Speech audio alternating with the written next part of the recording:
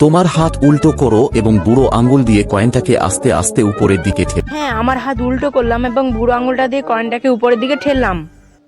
যখন এটি তোমার তর্জনের উপরের দিকে উঠে আসবে তখন এটিকে তোমার আঙ্গুলের গার্ডের পেছনে সমতলভাবে পড়তে দাও। আমি কয়েনটাকে আঙুলের গাড়ির উপর পড়তে দিলাম। মধ্যমা আঙ্গুল দিয়ে এটাকে পিছলে যাওয়া থেকে এরপর তোমার তর্জনীয় উপরে তুলো এবং একই সাথে মধ্যমা আঙ্গুলটি নিচে নামাও। তর্জনী আঙুলটি উপরে তুললাম, মধ্যমা আঙুলটি নিচে লাগালাম একই সাথে। কয়েনটার সমতলভাবে পড়ার আগে তাদের মাঝের ফাঁকে স্থির হবে। সত্যি তো কয়েনটা নিচে পড়ার আগে আঙুলের ফাঁকে স্থির হয়েছে। এটিকে ততক্ষণ পর্যন্ত উড়াতে থাকো যতক্ষণ না এটা কনিষ্ঠা আঙ্গুলের আগে এসে স্থির হয়। বন্ধুরা, সত্যি তো কনিষ্ঠার আঙুলের কাছে এসে কয়েনটা স্থির হয়েছে।